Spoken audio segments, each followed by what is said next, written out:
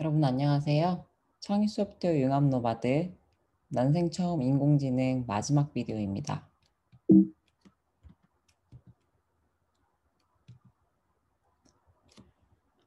어, 5주 동안 진행된 모듈에서 교수님 이름을 모르는 사람은 없겠지만 그래도 한번 마지막 동영상에서 교수님 소개 다시 한번 할게요. 교수님 이름은 최유경이라고 하고요. 여러분도 이미 알겠지만 세종대학교 스마트기기 전공 교수입니다. 스마트 기기 전공은 여러분도 다들 알고 있겠지만 지능기전공학부 내에 있는 전공이고요. 우리 지능기전공학부는 인공지능 기반의 기계, 전자 분야 융합형 인재 양성을 목표로 합니다. 종종 지능기전공학부를 지능기 전공학부로 잘못 읽는 친구들이 있는데요. 띄어쓰기 잘해야 돼요. 지능, 기계 전자의 약자인 지능기전공학부입니다. 교수님이 운영하고 있는 대학원 연구실명은 로보틱스 및 컴퓨터 비전 연구실이고요. 궁금한 친구들은 이 링크 누르고 들어오셔서 살펴보셔도 좋습니다. 주로 교수님이 하는 연구는 이렇게 AI를 로봇과 만나게 해서 이러한 로봇의 범주 안에 들어가는 자율주행 자동차, 혹은 산업용 로봇, 혹은 소셜 로봇과 같은 이런 각각의 시스템 위에 들어가는 AI를 연구하는 연구실입니다. 지금부터 설명할 슬라이드는 Q&A로 좀 질문을 해봤어요. 종종 학생들에게 듣곤 했던 질문들을 요약해 봤으니까 한번 편하게 들어봐 주세요. 인공지능을 더욱 깊게 공부하고 싶어요. 어떻게 하면 좋을까요? 라고 묻는 친구들이 종종 있습니다. 그러면 교수님이 우리 학과는 3학년 1학기 때 기계학습을 배우고 3학년 2학기 때 인공지능 그리고 4학년 1학기 때 딥러닝 시스템이라는 과목이 있는데 이 링크를 클릭하고 들어가시면 2021년도에 진행했던 수업 동영상들이 링크가 걸려 있어요. 그래서 미리 공부를 하고 싶은 친구들, 너무너무 궁금해서 도저히 참을 수 없는 친구들이 있다면 이 동영상을 통해서 이론 공부를 하고 캐글 리더보드를 통해서 실습도 해볼 수 있습니다. 그리고 그 실습에 대한 모범 답안 동영상도 같이 올라가 있고 모범 답안 코드도 있으니까 혼자 연습하시는 데는 크게 어려움이 없을 거라고 생각이 듭니다. 근데 교수님 이런 인공지능을 함께 공부하고 싶은데 어떻게 좋은 기회가 없을까요? 라고 묻는 친구들도 종종 있어요. 어, 교수님이 지도교수로 있는 세종 캐글 스터디라는 동아리가 하나 있습니다. 아직 정식 동아리는 아니고 비정식 동아리로 되어 있지만 기회가 된다면 정식 동아리로 만들어 볼 생각이 있습니다. 모집할 때 학과와 학년은 무관하고요. 모집 시기는 여름방학 전, 겨울방학 전이어서 6월 초, 12월 초에 공지가 올라가게 됩니다. 지원을 하는데 별도의 자격은 없어서 지금은 다 받고 있고 끈기만 가지고 오시면 됩니다. 보통 학생들이 이제 그 동아리라고 하는 게 여러분들도 아실 수 있겠지만 본인이랑 잘 맞지 않거나 본인이 활동을 열심히 하지 않거나 해서 이제 그만두게 되는 경우가 대부분이고 동아리에서 먼저 그만두도록 하는 혹은 입학 입시를 못하게 하는 그런 일들은 없기 때문에 만약에 함께 공부하고 싶은 게 목적이어서 동아리원들을 만나서 이렇게 혼자 하는 것보다 같이 하고 싶다. 그리고 같이 하면서 지능랩도 서로 하고 어떤 솔루션들도 같이 공유하면서 내가 예를 들어서 C 언어나 고급 C 때 혼자 하면서 발생했던 그런 코드의 디버깅 할 때 어려움 같은 거를 함께 해결해 보고 싶을 경우에는 이런 동아리를 활용하셔도 좋을 것 같아요. 현재는 1기에서 3기까지가 활동 중이고요. 약 20명의 학생이 활발히 활동하고 있습니다. 아무래도 이제 그 1학년 학생들 같은 경우는 1학기 때 C 언어를 배우고 혹은 또 파이썬도 배우죠. 2학기 때 고급 C 언어를 배우기 때문에 코딩 공부를 어떻게 해야 되냐고 물어보는 친구들이 많습니다. 근데 이제 사실 프로그래밍은 왕도가 없고요. 연습을 많이 하시는 방법밖에는 없습니다. 그리고 취업을 할 때 코딩 테스트라는 걸 본다는데 어떻게 준비하면 됩니까? 라고 벌써부터 물어보는 친구들이 종종 있어요. 근데 그 2학년 때 배우는 자료 구조와 알고리즘을 배우지 않은 상태에서 취업용 코딩 테스트를 연습하는 거는 조금 어려움이 있거든요. 근데 이제 감을 잡고 싶은 친구들이 있을 수 있는데 교수님이 그럴 때마다 이제 소개시켜주는 사이트가 이 나동빈 군의 그 유튜브 채널이에요.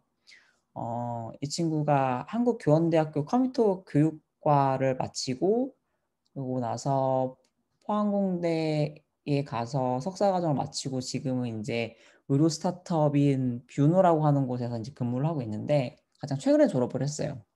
근데 이 친구가 원래 이제 그 선생님이 되고 싶어서 한국교원대학교를 갔기 때문에 굉장히 설명을 잘합니다. 그래서 지금 여기 재생 목록 보시면 이것이 취업을 위한 코딩 테스트다라고 하는 제목도 있고 이것이 취업을 위한 코딩 테스트다. 여기 라이브 강의도 있죠.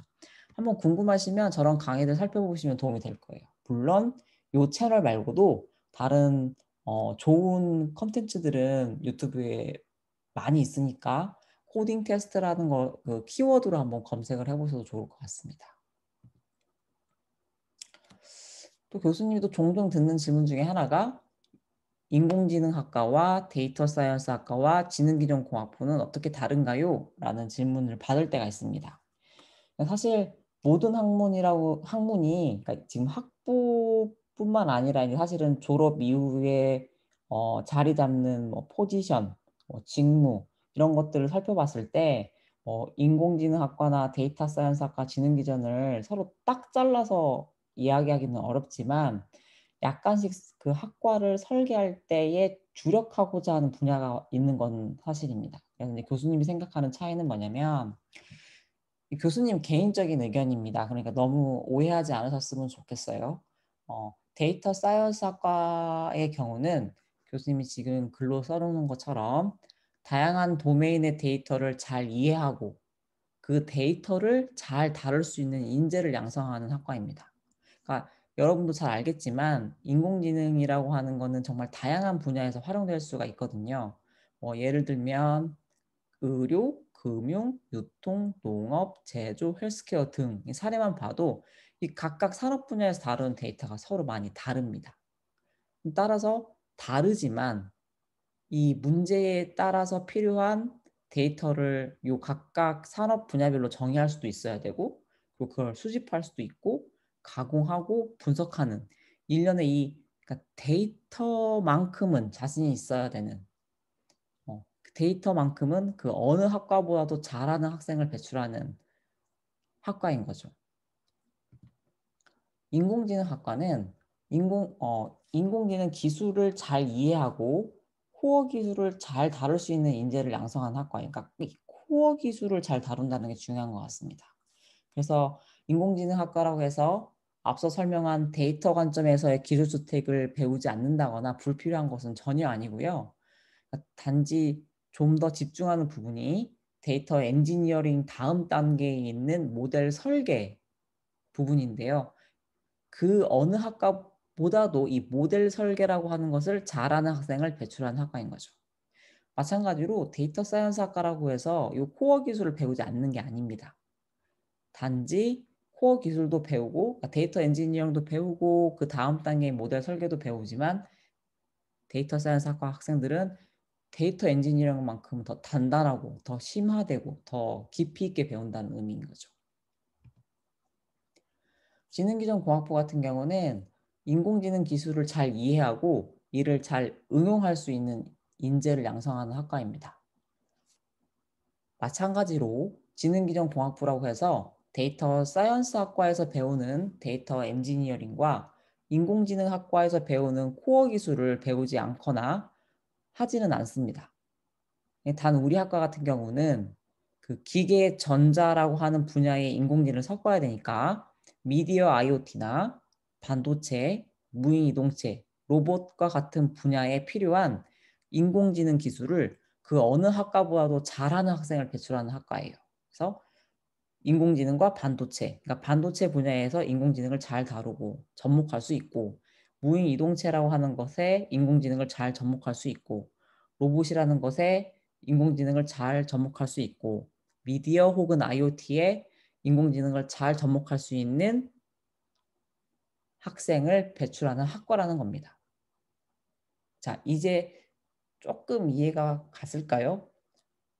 용어가 너무 어려워서 잘 이해가 안 가실 수는 있는데 일단 교수님 입장에서는 여러분들에게 가장 조금 쉬운 말로 표현해 보려고 노력은 했습니다. 만약에 잘 이해가 안 가면 지나가는 교수님 붙잡고 나중에 기회가 될 때 한번 다시 물어보세요. 또 주로 받는 질문이 학부 마치고 취업하고 싶은데 대외 활동으로는 어떤 게 있나요? 라는 질문을 또 하곤 해요. 교수님 보통 이럴 때 이제 그 평생 지도 학생들한테 연합 동아리를 가입하라고 이야기를 해줍니다. 어, 학교 안에 있는 동아리를 가입하셔도 되고요. 근데 이제 학교 안에만 있다 보면 좀 그 식상해하는 친구들이 좀 있어요. 이제 그런 친구들 같은 경우에는 연합 동아리 활동하시면 돼요.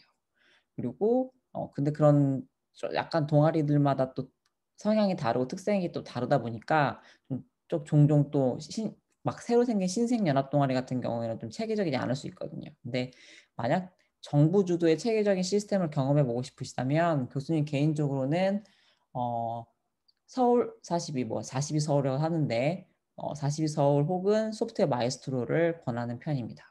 소프트웨어 마에스트로가 좀 더 고급 인재 양성 과정이라서 그 알아보시면 알게 될 텐데 좀 더 합격하기가 어렵습니다. 서울 42 같은 경우가 좀 더 합격하기가 상대적으로 열려 있는 편이니까 관심 있는 친구들은 지원하셔도 좋을 것 같아요.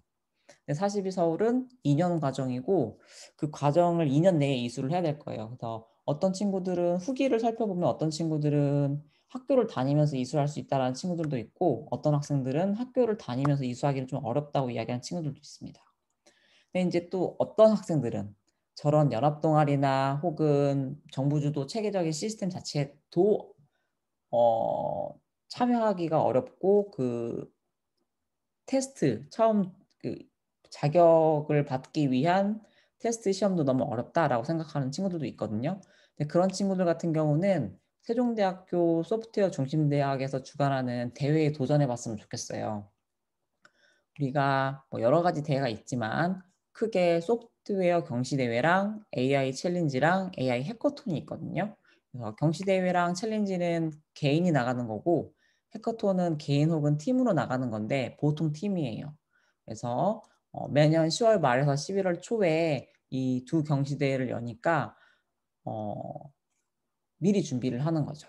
같이 친구들끼리 스터디를 하거나 혹은 혼자 스터디를 해도 좋고요. 그래서 경시대를 뭐 이번에는 예를 들어 연습 삼아 한번 나가보고 내년에는 나도 상을 한번 받아봐야지라고 좀 더 노력하고 약간 이렇게 단계별로 노력하시다가 그 교 내에서 수상을 하게 되고 그다음 그 실력으로 뭐 연합 동아리에 도전하거나 정부 주도 체계적인 시스템에 도전하는 단계를 거치셔도 좋을 것 같아요. 그리고 좀 더 분야 전문성을 쌓고 즐겁고 재미있게 하는 직무에 맞춰서 취업을 하고 싶어서 대학원을 진학을 할까 하는데 근데 이제 고민이 그 연구실에서 하고 있는 분야가 저랑 잘 맞을지 고민이에요. 어떻게 하면 좋을까요? 라고 이제 질문한 친구들이 종종 있어요. 그래서 교수님은 이런 친구들에게 뭐라고 대답을 해주냐면 지능기전공학부는 방학마다 학부연구 프로그램을 운영하고 있습니다. 그래서 그 마음의 준비만 되어 있다면 지원하시고 도전했으면 좋겠어요. 종종 그거 교수님 아무나 안 뽑을 것 같아서요 라고 표현을 하면서 조금 머뭇거리는 친구들이 있는데 행동하지 않으면 아무 일도 일어나지 않습니다, 여러분. 참고로 지능기전공학부의 학부연구 프로그램은 보통 중간고사와 기말고사 사이에 학과 게시판에 공고가 나갑니다. 그러니까 5월 달과 11월 달에 공고문이 올라가니까 확인하셨다가 관심 있는 친구들은 지원하셔도 좋을 것 같아요. 만약에 지금 대학원이라는 단어를 처음 들은 친구들도 있을 수 있어요. 당연히 1학년이니까 그럴 수 있습니다. 몰라도 됩니다. 아직 궁금하지 않아도 되는 것입니다. 근데 만약에 혹시 이번 기회로 알게 돼서 궁금하다면 아래 링크를 참고하시면 대학원이 어떤 곳인지 어떤 사람이 가는 곳인지 만약에 가야 된다면 어떤 마인드로 가야 되는지에 대한 것을 조금 간접적으로 알 수 있게 될 겁니다. 저 링크가 대학원생 때 알았으면 좋았을 것들이라고 하는 책의 웹 버전이거든요. 먼저 저자들 3명이 웹 블로그에다 글을 쓰고 그 글을 모아서 이제 책으로 만든 거예요. 근데 교수님이 생각할 때 여러분들에게 하여금 생각해 볼 만한 포인트들을 잘 집어주는 것 같아서 추천했습니다. 많이 했네요. 아직 해결되지 않은 소프트웨어 혹은 AI 관련 궁금증이 있다고요? 그러면 아래에 그 노마드 레파지토리 이슈에다가 글을 남겨주세요. 그러면 교수님이 답변 달아드리겠습니다. 만약에 너무 개인적인 질문이라서 공개적인 GitHub 이슈에 질문을 남기기 어렵다면 교수님한테 이메일 주셔도 좋습니다. 근데 정말 개인적인 질문이어야 할 겁니다.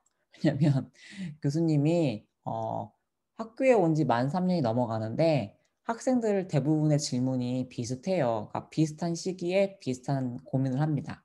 근데 이제 아무래도 교수님은 시간이 제한적이다 보니까 좀 효율적으로 쓰면서 많은 학생들에게 좋은 조언들을 해주고 싶거든요. 그 공통 질문들 같은 경우에는 누군가가 질문을 해주면 그 질문에 그 댓글을 달아서 그 글을 보고 남이 해준 질문에 남이 달아준 답변으로 깨달음을 얻기도 하잖아요. 그런 시스템을 좀 만들어 보고 싶어서 이슈에다가 글을 남겨달라고 부탁한 거니까 웬만하면 GitHub 이슈에 질문 달아주시고 정말 개인적인 질문은 이메일 주셔도 됩니다. 근데 소프트웨어 AI 관련 질문이 아니면 어떻게 하냐고요? 그거는 교수님 말고 여러분 각자에게 배정되어 있는 평생 지도 교수님을 찾아가셔서 질문하시면 됩니다. 네, 여기까지가 교수님이 그 창의 소프트웨어 융합 노마드 모듈을 마무리하는 슬라이드고요. 5주 동안 여러분 고생 많으셨어요. 그럼 이것으로 동영상 마치도록 하겠습니다. 수고하셨습니다.